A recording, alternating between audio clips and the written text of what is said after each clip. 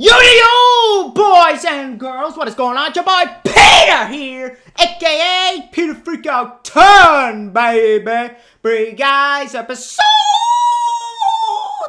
of Video Game Time, where the good games are always reviewed. What up, bitches, hoes, men, women, children? Hope you all are having a fine-ass day here, because today's game needs no introduction. And the reason being is that it's a first-person shooter on the N64. Now, the N64, in terms of first-person shooters, has really shown a massive leap in quality with first-person shooters in working with the 3D engine. You had games like GoldenEye, we have Perfect Dark coming along the way, we have the N64 port of Duke Nukem 3D, and we've had their versions of Quake, and I know Quake 2's coming along the way. I am going to be playing Quake on the PC. But what a lot of people seem to forget, or at least from what I hear, or don't seem to recognize, is that there is another one. There is another first-person shooter that really deserves its time in the sun and really deserves to be analyzed, because this is a game that also had its hand in shaping the first-person shooter genre on the N64 into what it is. And it's coming from a company that really didn't have the best track record in generations before. So when this game was coming about, not a lot of people knew what to expect. And I think that's why it kinda is not as highly regarded as a lot of people like to admit it is. And I figured now was the perfect time to talk about it, considering we have the sequel coming along the way, which I do plan to play soon.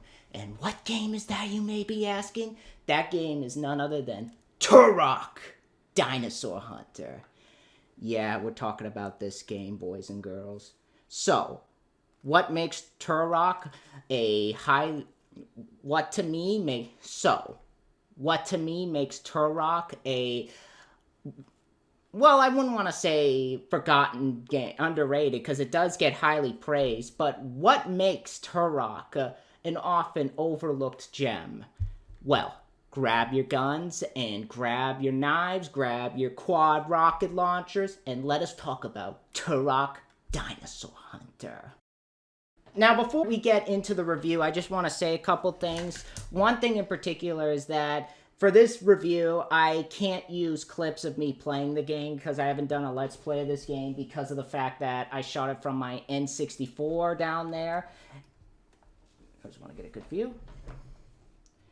And the reason being I didn't do it was because I didn't have, like, the correct cables to hook it up to the N64. Even though I have the capture card, I actually didn't have, like, the thing that goes into the TV there.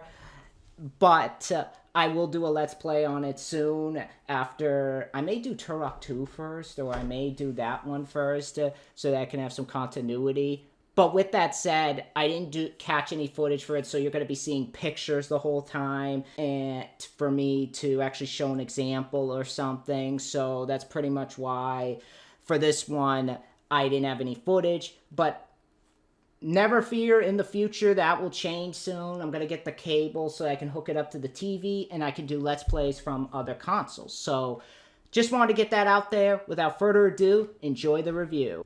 But Turok Dinosaur Hunter, this was actually a game made in 1997. It was developed by Iguana Entertainment. Now, Iguana Entertainment, this is actually a division owned by Acclaim.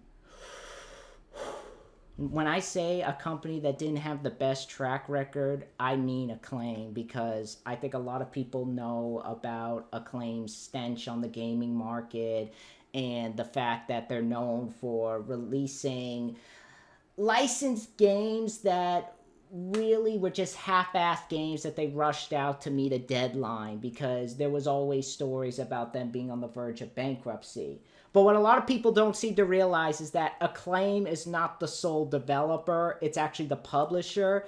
And in this case, Iguana Entertainment is actually the developer. So all the praise I'm gonna get into with this game, or you'll find out the praise that I do give this game, all of it's gonna go to Iguana. But in terms of Iguana Entertainment, before this, they worked mostly on sports games, some of them being console ports of games like NBA Jam, NFL Quarterback Club, and many others. So this was like a genre that they never stepped into before, and a risky genre for that matter. And because of this game, they have a sequel, Turok 2 Seeds of Evil, which I do plan to play. And they also are working on the South Park game, which I will also play. And as you guys can see, this was made for the N64 and the PC. I took a look at this on the N64. But what a lot of you may not know is the fact that, well, if you are a hardcore Turok fan, I should say, I take that back. But if you are a hardcore Turok fan, but for those who don't know, this is actually based on a comic book series of the same name. The series started back in 1954 under the Dell Comics label, and it was split into two different series. The second series came later, but the first series followed the character named Turok and at times his brother Andar, who are both in this prehistoric world known as the Isolated Valley, a universe where dinosaurs and humans coexist. And it basically involves them trying to survive, as well as finding ways to teach the people that they are protecting how to survive. There was a moment, though, when the comics came to a stop due to the closure of Dell Comics. That was until 1994, when Valiant picked up the rights and revamped the story into what we would see in this game, where instead of the character being named Turok, the name Turok is now a mantle that passes from person to person. Instead of the Isolated Valley, it's called the Lost Land. Instead of just dinosaurs and humans, they also incorporated demons and aliens into the mix. And I'm going to be honest here. Valiant took a 50s comic and to me made it cool. How everyone views Turok now, including myself, is all because of Valiant. Granted, the original series when it came out was groundbreaking in its own right due to the fact that at the time it was an adventure into the unknown and it involved dinosaurs, something that we weren't seeing up to that point, and pretty much the fact that the main character was an Indian, something that we haven't seen in a made lead up to that point. And it just had a lot going for it. At the time, though, Valiant felt like they expanded on the world of Turok, and I felt like the new Lost Lands world outdid anything in the Isolated Valley. As great as that world was, it also felt like they had creative freedom to expand on the world of Turok. I like the idea of it being more of a mantle this time and how the characters are connected. Even when you read the Turok Empty Souls comic, which kind of goes deeper into that. And yeah, the original series has its place, but I felt like Valiant expanded on it and gave something that really stood out from the original series and just didn't try to remake it. Well, 54 issues in, Acclaim had bought Valiant to start their own comic label, which they also did with Shadow Man, which is also getting its own game. And they saw they were carrying the Turok license and decided to make a game around the series. They saw the property as a gold mine for them, as dinosaurs were a hot property thanks to the release of Jurassic Park, which opened to record-breaking numbers, and within a few months of this game, it would get its sequel, The Lost World Jurassic Park. They also saw the power of the N64 that was just unveiled and decided that it was the system that they were going to make Turok for, and it would be their first N64 game. They called upon Iguana Entertainment, who they also had a hand in buying the Turok rights with them, and they brought him in to develop the game. Handling the project management would be David Dinspear. David had been with Iguana for the longest time, working on the audio portions of some of the football games Iguana had worked on, as well as Batman Forever, where he also acted as quality assurance on that game. When Acclaim placed him into the position of project manager, it would be the first game he would ever be in working in a big position such as that. They drew influence from the Valiant Comics when working on the story, while their main objective when making the whole game was to make it more action-oriented. They didn't want to do a side-scrolling shooter, as the game industry up to that point had evolved from that, but instead start off with the idea of it being a third-person shooter, as games like Super Mario 64 and, of course, Tomb Raider, which you guys will be seeing me Let's Playing soon, they saw those games were the hottest things on the market. But That changed as they looked at what was on the market also and saw the hottest genre being the first-person shooters. Quake and Prey, which still hasn't come out yet, had started development, and they decided to veer it into that category, especially since they wanted the player to immerse themselves into the world of Turok, which they felt couldn't be done in third person for this type of game. They also wanted to showcase the power of the N64, thus why the decision was made to go first person. Nintendo approved of the idea and allowed the game to go into development in 1996 with a planned release date for it being around the release of the N64. Being that the team were made aware of the N64 and the power the console had that could rival a PC game, the team wanted to make the most of what was given to them with the console's engine, and they had their own engine, the Quagmire engine, which is now Acclaim's newest go-to engine when making their games. The sequel especially would improve on that. It was hard at first, though, as despite Nintendo's involvement, Nintendo wouldn't supply them with tools of their own to work with the engine, leading to the team to having to create their own tools internally, which was also hard being that some of the crew, along with David, were inexperienced when working in that type of area. Despite that, the team wanted to make do with what they could do, and their objective was to create the best-looking N64 game ever, as they worked hard to create realistic lighting effects along with real-time lighting effects, particle systems, making it as violent as possible, and they also had access to state-of-the-art motion capture, which for the humans, they mocap the human, while for the dinosaurs, they drew influence from ostriches and emuses for reference material. After they had tried to mocap both of those things, that didn't go so well. Despite working with limited resources and on a tight deadline, the team themselves learned a lot while making it. Nintendo themselves would keep checking in on the game. They liked where things were going and felt it was a great production and really felt the team was learning a lot. While everything seemed to be going well, there was some worry, though, about it being made. Acclaim was almost facing bankruptcy due to the fact that the last console generation they were a part of wasn't kind, as in 1996, they lost $222 million. They were continuing on a downward spiral, having to lay off some of their workers, despite reassuring them that there was only a few games on the N64, let alone shooters. The worries were still there, though, as the game was rated and for mature, therefore kids wouldn't be able to get it, and parents weren't going to get it as a Christmas present for them. And there was also the price tag of $79.99 in the US, and in the UK, it would cost more. There was also the fact that the marketing was focused more on Magic the Gathering. Thus why the team began to worry.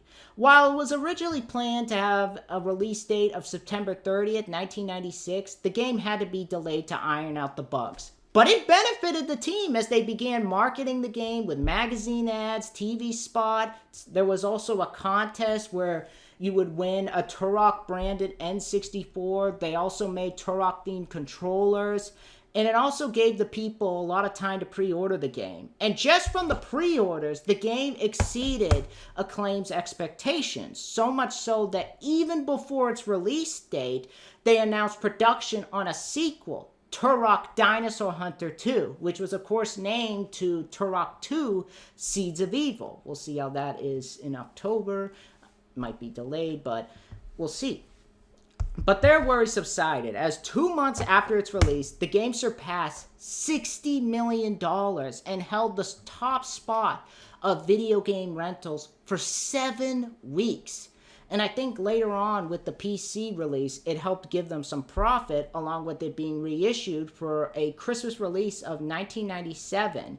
And a year later, got him the Player's Choice label, as it had sold 1.5 million units and made over 200 million by 1998. On top of that, the game received rave reviews from the press. On Metacritic, the game carries an 85%.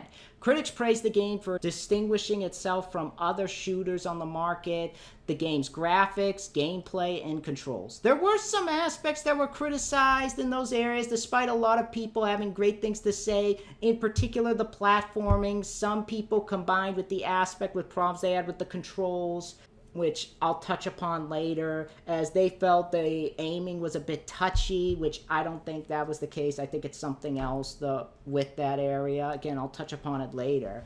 But despite those problems, the game came out of nowhere and surprised everyone at Acclaim, and it gave them a good step into the N64 console generation and got them nominated for Interactive Title of the Year, Console Game of the Year, and Console Action Game of the Year. So you can say this game pretty much saved Acclaim at that time. And funniest thing is, rumor has it in LA that the game was so successful and the buzz was so big, a street name was changed to Turok Boulevard. That's insane. I will say, I was surprised to see how loved this game was. I didn't think it was that loved that they wanted to change a street name to Turok Boulevard, and that was something I didn't know till I got halfway into the game. And I think it has a lot to do with the fact that people didn't realize how innovative this game was until later into the game, me, myself included. I will say, though, I was interested in playing it. I didn't know much about the comics. In fact, it wasn't until after I started playing this game and I got deep into it that it was announced that Turok 2 would be coming along the way. I decided to read more into what the new character will be. In fact, in case anybody's wondering, here they are. These are the 2 issues I have right now. I do plan to get more, but I don't want to full up my bank, just lose all my money and everything. But those who want to see it, it's a very good comic series, focusing on the character that will be in Turok 2. This one is Spring Break in the Lost Land. Very interesting designs for those wondering. Has a little bit of a Todd McFarlane look, not too, not as much though, but definitely has that Todd McFarlane feel. They can be very violent too, so in case anybody's wondering, I'm wondering if they want to see some violence. I know the other one that I do plan to get, I forget what it's called, I'll put it up there, but that one looks extremely violent. I can't wait to read into that. For those wondering, there's your violence right there. If you guys were wondering if this is any violent, there you are. But yeah, really started reading the comics thanks to the games. And getting back into the game, I heard it was coming for the N64, the PC. This was around the time I didn't have an N64 though, and the PC I had at the time knew I couldn't run it. So for Christmas, I asked my mom for an N64, which is actually, that one right there, and this game. And along with that, she also got me the strategy guide, for those who want to see it deeper. I didn't stick it on though right away, as I had some other games I want to play first. It wasn't until a few months later that I actually decided I was going to start, especially with Turok 2 and what I've been hearing about that. So, stuck it on, and wow, this game is so addicting. And I think just a really unique shooter that I really feel makes it stand up there as one of the best on the N64. It would be the best, and some would say right up there with GoldenEye, even though at times GoldenEye kind of overshadowed this game. I haven't played GoldenEye yet. Don't worry, I will soon though, and you guys will get a review on that. But despite being one of the best, which is good, there are some things that really hold it back from being the best. Some of which I've looked into, and even David Dinspear has said those problems will be fixed in Turok 2 Seeds of Evil. But besides that, what really is there is a really unique and engrossing experience that I feel evolves the first-person shooter genre in the same way Quake did. And it adds something that I feel makes it stand on its own and just all around fun to play. And I will get into all that later. Now, the plot of the game is basically, it mainly takes aspects from the Valiant Comics and the Acclaim comics, but there's also hints of the Dell comics sprinkled in there, where the main one being is the fact that, like the Acclaim comics, Turok isn't the name of a person, but rather a mantle that a particular person takes on to protect the lost land that basically is inhabited by various creatures, man and animal, including humans, dinosaurs, and aliens. And the game focuses on Talset, who is a Native American warrior who we find out that there is this group led by this evil being called the Campaigner who seeks this weapon called the Chronoscepter that has basically been broken into pieces and scattered across the Lost Land, and he wants to use it to do harm to the Lost Land. So now Talset basically has to set out through the portals that lead to a particular part in the Lost Land to basically find the pieces of the Chronoscepter and destroy the Campaigner before he gets a hold of the pieces and does harm to the Lost Land. Will Talset be able to stop the Campaigner, or will the Campaigner find the pieces of the Chronoscepter and have everyone in the Lost Land killed? I think what makes Turok stand out for me from a lot of the other shooters on the market is definitely the world it creates. I've skimmed through the original series, and then I went on to skim through the ones that Valiant did right before they were bought by Acclaim. But the one I spent the most time with is definitely the Acclaim comics and Valiant ones when they started producing their own version of Turok. And in all honesty, I think that one's my favorite. And there's aspects of all three of those series in this game. I like the fact that they kept the story aspect of Turok being a mantle rather than his name. I really love that because it makes the world feel a lot more expansive, and it adds more to the character than just it being a name of a particular character. There are hints of the original series in there, so if anybody was going in thinking they neglected us, no, that is not the case at all. So it draws in fans old and new. It's not neglecting the old fans being like, fuck you, we don't need you, we got this new high-tech Turok. And I like what it sets up, combining each world. And none of them feel like characters just shoved in there to be like, hey, you know this guy, you get to see him in the game finally. Hey, you know this person. They all feel like they have their place in the story. So definitely like how they did that.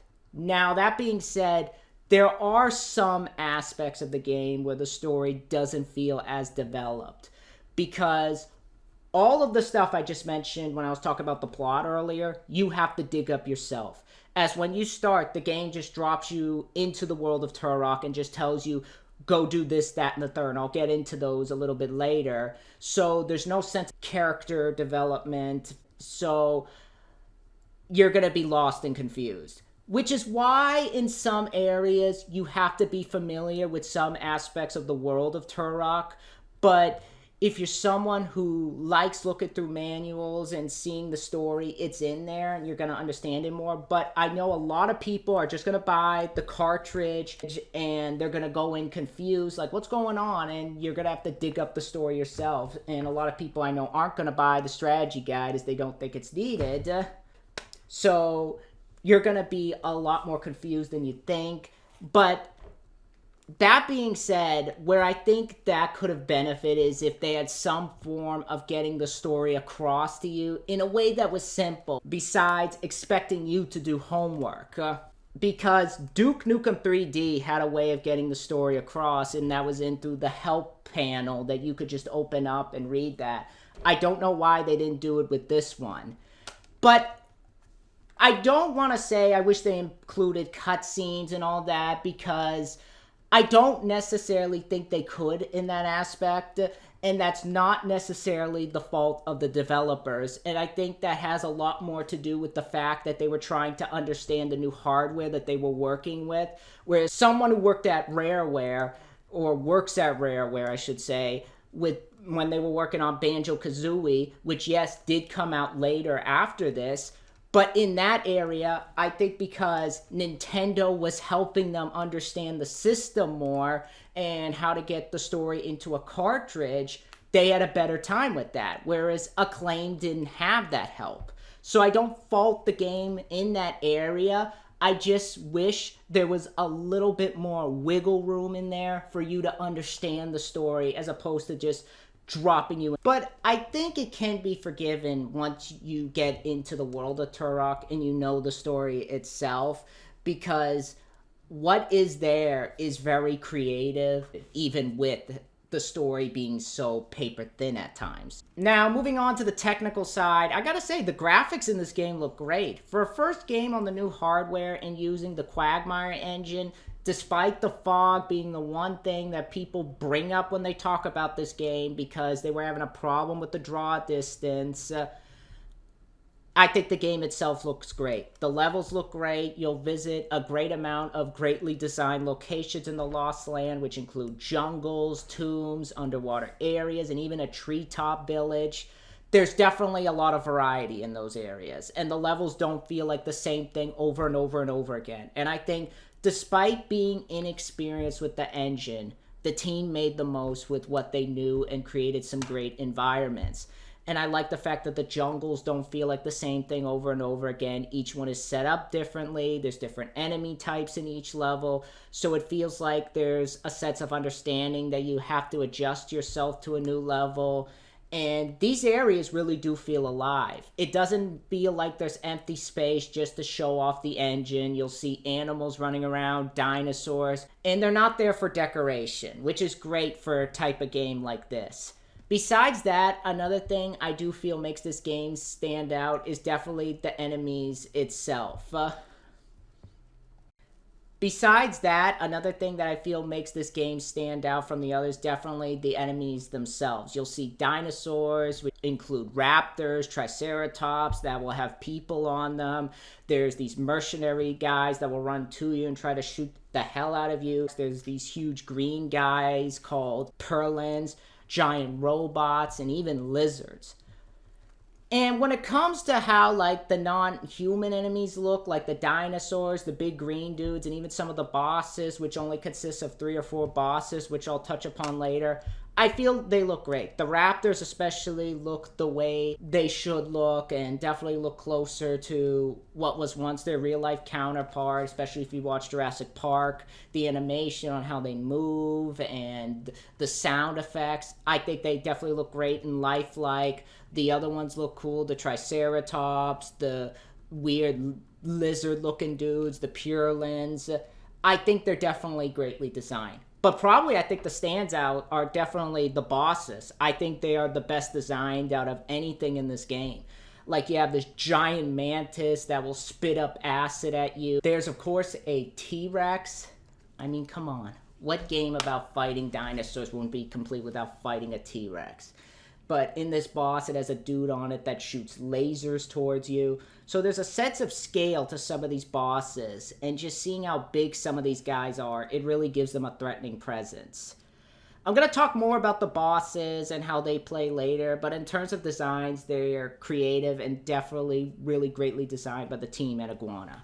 Besides the bosses, the one place I do feel the character models suffer in is some of the human character models, most specifically the soldiers in the opening few levels. They look very basic and feel like they were the last thing that they worked on because they don't have the level of detail and creativity as some of the other people you fight. And it can't be that they had a hard time animating the humans. Talset's well animated, so they can't use that excuse. So I think it all points to them not having enough time to finish their design, or they just rushed that aspect. But that's just the kink in the armor when it comes to the character models. Otherwise, I think they are greatly designed, they're imaginative, and really represent the creativity of the world of Turok and the Lost Land. Well, speaking of creativity, the guns are also very creative in their designs, despite being set in this other dimension with a little bit of a prehistoric vibe to it. The guns have these really cool alien technological vibes to them that just carry this aurora to them that you just want to get your hands on to use them. And when you finally get your hands on any of them, they are worth the scouting. And just the animation on them when you use them, so amazing, I gotta say.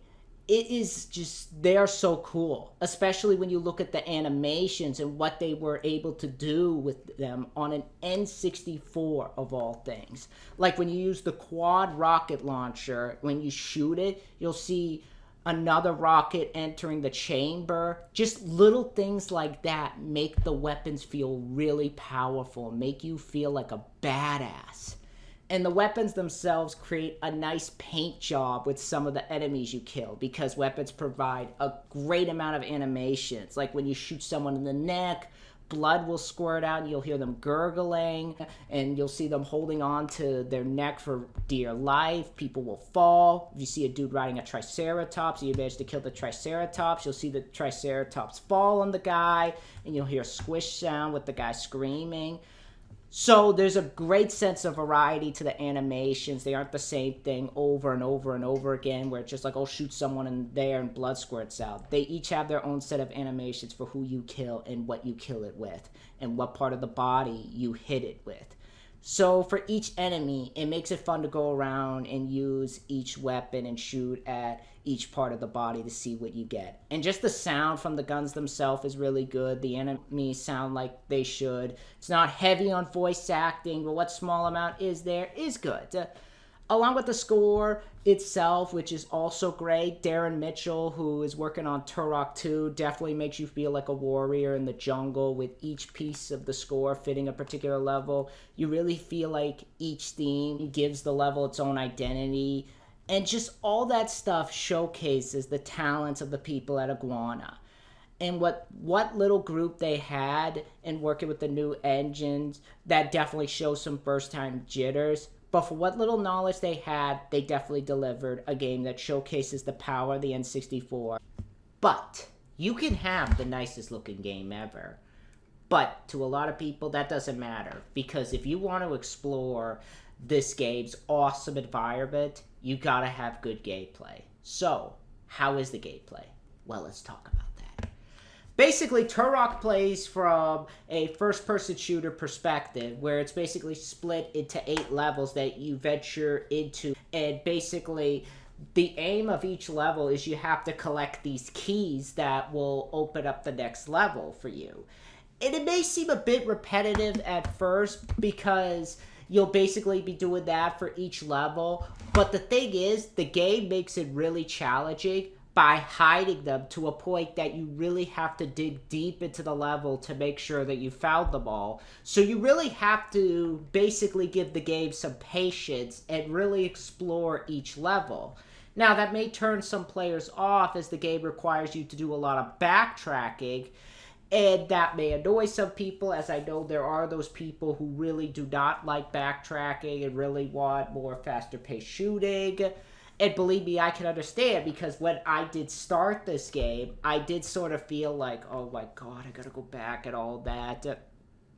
Especially since at the beginning, when I started playing it, I didn't know where to go or where the keys were.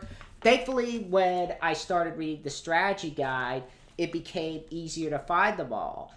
But when you do find the keys, there is a great sense of accomplishment to finding them. And in fact, when you decide you're going to play the game again and you know where all of them are, it definitely makes the levels a lot more fun to explore, as the game does have secrets littered about.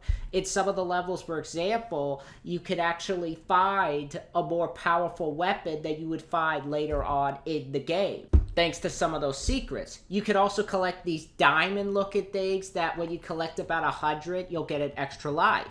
It's very similar to Crash Bandicoot with the Wampa Fruit, which, speaking of Crash Bandicoot, this game is also similar in that, as it operates on a lives counter. So when you lose lives, you have to go back to the save, or your last save that you basically ran into. And the thing is, you can't save anywhere in the game willy-nilly.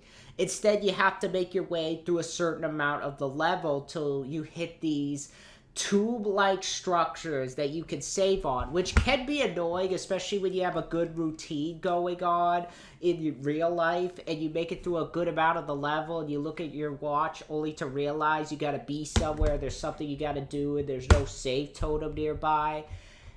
And I get that. It adds challenge to the game, but the game is already hard enough as it is thanks to the enemies and the boss battles. And just the ability to save anywhere could have made it a lot more convenient and a lot more time consuming. And the game is challenging in a good way too. Not just for the fact that the keys are hard to find, but also because of the enemies. Because when you start the game, you can easily take down your enemies. And you'll think the rest of the game is going to be that easy, right? Do you think from there that the game is going to be easy? Ha ha ha ha ha! Nope. This game gets harder as you go along. Some of the enemies take more than one shot to kill. Some of them don't even go down that easily. For example, it might take 3 or 4 shotgun shells to put down an enemy. Some enemies also require you a particular gun to use if you want the enemy to die. Like that. Which also kind of ties into the exploration, as everything you find in the game is beneficial to you and your survival. Whether it's health packs or health upgrades, each thing you find will help you in some way when it comes to the enemies. It also helps because the AI gets a lot smarter as you go through the game. When you start, they'll just be running towards you. However, as you progress through the game, you'll see them get a lot smarter as they'll see you from afar and try to kill you. They'll bust through walls when you get closer and try to flank you, like I mentioned earlier with the environment and the enemies. So despite the game getting harder, you really have to go through the effort to make yourself powerful. I like that challenge. And the difficulty, for the most part, is fairly balanced. It's nothing to the length of the Karate Kid on NES, so don't be worried about that if you were worried about the difficulty. But let's talk about the controls, because I would have put up with this game and its difficulty if it did have a good control scheme. And your question might be right now, does it? The answer is yes. Talset feels great to control as he has a great amount of weight programmed into him as you lead him through the environments. He moves very fast. You can cycle between walking or running just by pushing down on the D-pad as you cycle between walking or running. And the game actually has an interesting setup where basically the controls is basically the camera is basically here, whereas this basically moves your character. And at first I thought I was going to get annoyed by this, but when you get into the game as you started, it really feels great to control. It feels great to move and to jump, so really give him credit on that area. Despite that, the only issue I have with the controls and the gameplay is the platforming, because oh my god. The platforming in this game is so goddamn tedious, and the landing detection is unfair, especially when you definitely feel like you've landed on a platform or a small little stone or whatever the fuck it's called, because you have to be perfect with the landing. You have to land right in the middle of the platform where both of your legs are completely on the platform. And the game repeats these moments a good chunk of the game. Some of them, they put some of those diamond collectibles on them, and I find myself wasting lives just to get to the diamond thing so I can get an extra life, only for them to realize I have to jump all the way off back through the stone thing so that I can finish it and be safe and get to where I'm supposed to go.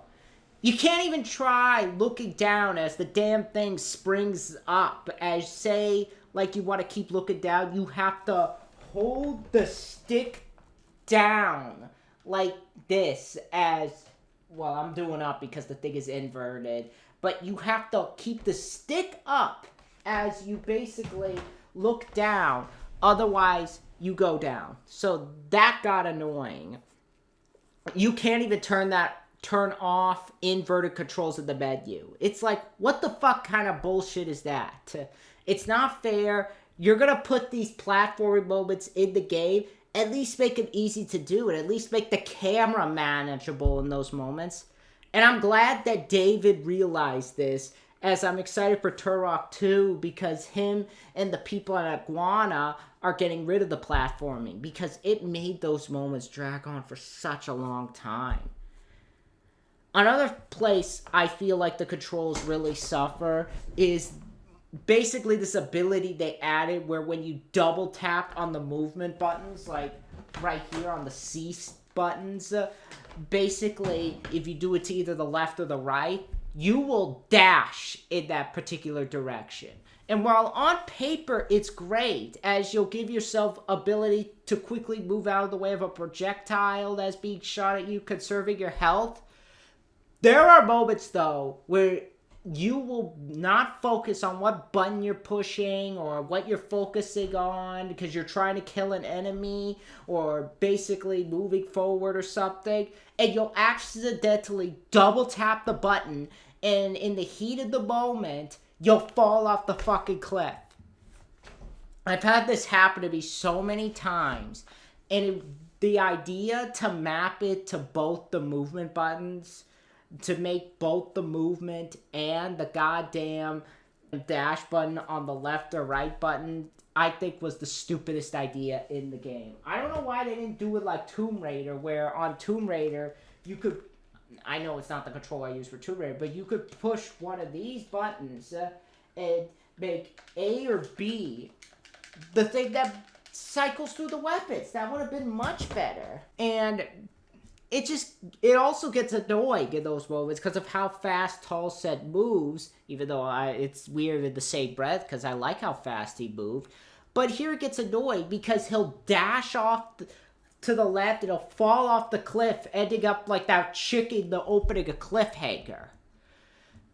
Despite that, I will say, those small areas that could be improved on and the very hiccups there are, it's very easy to get into. The game controls fine. Now I see you guys' faces right now, or I sense you guys' faces through the monitor. You're wondering, when are you going to talk about the guns? Well, here we go. Let's get into it. The guns in this game are fucking awesome.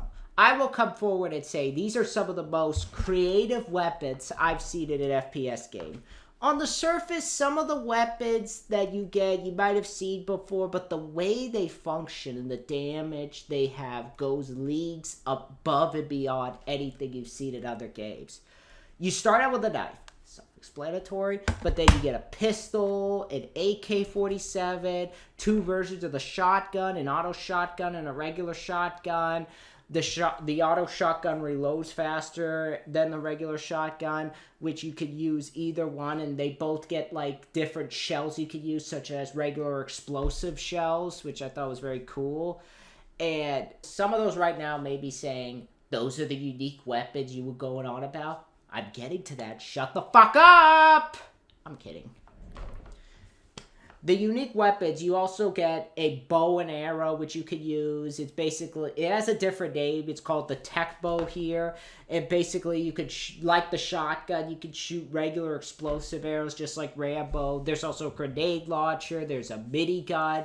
There's the pulse rifle, which operates on these energy cells that you could shoot at it. There's other weapons, but those are just the tip of the iceberg. Each of them are just a ton of fucking fun to use. They feel really punchy and really affect an enemy differently. So if you have a favorite gun, you can't use that one weapon throughout the whole game. You really have to use the particular weapon that affects them. And it gives you a great opportunity to try out some of the weapons too. So you'll get to see the advantage each one has. And the AI in the later stages really makes it so you have to approach the level from a strategic point of view. And at the end of every other level, after you've worked your way through it, got the keys, you get a boss battle. Some of which I did talk about earlier, but the boss battles themselves are more a way of learning where the weak spot of the enemy is and just blasting away at them until they die. There are some challenging ones because in particular a boss like the Mantis, when you start going through half of its health, he'll start to realize he's on death's door and change his tactics, and you'll see him crawling up on the ceiling trying to get a jump on you. Same goes for other bosses, and I like this because you feel like there is some sort of challenge to the bosses. You really have to think long and hard about how you're going to take them down. And when they change strategy, you have to think of a new way, as you can't rely on the same strategy over and over and over again. And they can be in your face when they get aggressive, because when they get aggressive, boy, oh boy, they're not afraid to show it. And it's so rewarding when you beat them. You'll get a new weapon or a key for the next level. So there's a sense of victory to be had after every boss, whether it's a weapon or a new key. It just makes beating the bosses so rewarding. But besides that, in terms of side objectives, I already touched upon the secrets that will get you extra points that you can use to upgrade your health. You can find particular weapons early. There's also pieces of this particular weapon called the Chronoceptor to find. That's basically like this weapon that will make the bosses easier to take down. Well, particularly the end boss, I should say. So you're going to want to collect that. But yeah, it's definitely easy to see why this game made such a huge impact for many people. Why it makes me excited to see what they bring with Turok 2. Even though as great as the game is, I do feel that there are some problems with this game. Some of them I did mention earlier, but there are a couple I will touch upon. One of them being the lack of a reticle. This is a problem that I've encountered with Tomb Raider 2. So there's some moments you'll have a hard time aiming, and it'll be made even harder when the enemy is all the way up on a hill or on top of something, and you're trying to aim for the enemy, and you'll end up wasting valuable ammunition that you could be using for something else. So the lack of a reticle makes things harder than they needed to be. And it shouldn't be. It really shouldn't be as hard as to put like a reticle there, especially because GoldenEye did it. And I know GoldenEye did it afterwards, but still, also, Duke Nukem 3D had it. So there's no excuse, especially when it's a valuable assistant to aiming at your enemies. So why couldn't they just put it here? It could have been a useful tool to save your ass. It's not just there to make you look pretty, too. It helps you kill the bad guys. But also, I feel the game could have had a good multiplayer mode, because there is not too much to do after you beat the game. And when you beat the game, it would have been great to have some buddies involved in a game and start playing the game, which is another thing Turok 2 is going to be including. But a multiplayer mode would have been good. But those are really my only flaws that I feel I also needed to touch upon. Because bottom line, Turok Dinosaur Hunter is a groundbreaking title for the N64.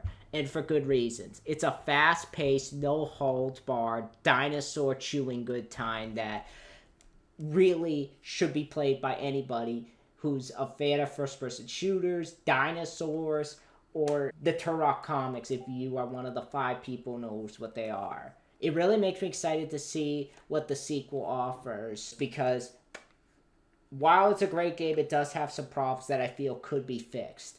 But, with that said, by all means, go check out Turok Dinosaur Hunters. If you're looking for a great shooter on the N64 and you've beaten GoldenEye, look no further than Turok. So when it comes down to it, I give Turok Dinosaur Hunter an 8.5 out of 10. And it deserves it. Therefore gets the Alexandra seal of approval.